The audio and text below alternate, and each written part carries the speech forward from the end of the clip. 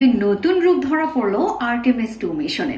পৃথিবী থেকে 1,00,000 মাইল দূরত্বে অবস্থানকারী ওরিয়ন মহাকাশযান থেকে তোলা প্রথম ছবি পাঠিয়েছেন নভোচারীরা।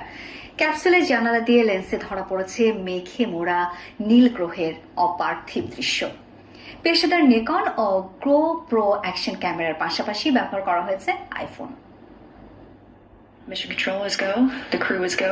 You're getting a live. নভোচারীর ক্যামেরার লেন্সে ভিন্ন এক পৃথিবী, মেঘের স্তর, নীল মহাসাগর, এমনকি সবুজ অরোরার আভা। Views from the Orion spacecraft as it looks. চন্দ্রাভিযান আর্টেমিস 2 এর মিশন কমান্ডার রিড ওয়েজম্যান ক্যাপসুলের জানালা দিয়ে ধারণ করেছেন এই দৃশ্য।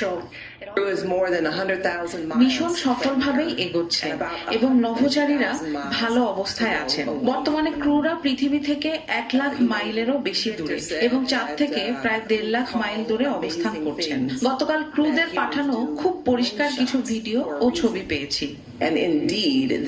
এই মিশনে আছে GoPro অ্যাকশন ক্যামেরা, আইফোন এবং পেশাদার নিকন, যেগুলোর লেন্সে মহাকাশ থেকে পৃথিবীর অপার সৌন্দর্য ধরা পড়েছে। মহাকাশের অভিজ্ঞতা আরো কাছ থেকে দেখানোর চেষ্টা করেছেন নভোচারীরা।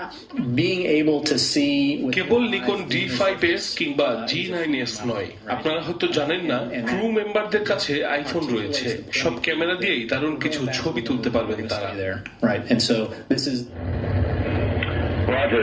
মার্কিন সময় বুধবার ফ্লোরিডা থেকে 4 নভোচারীকে নিয়ে SLS রকেটে চেপে যাত্রা শুরু করেছিল ওরিয়ন ক্যাপসুল। বর্তমানে তারা অবস্থান করছেন পৃথিবী থেকে 1,00,000 মাইল দূরে, দ্রুত এগিয়ে যাচ্ছেন চাঁদের দিকে।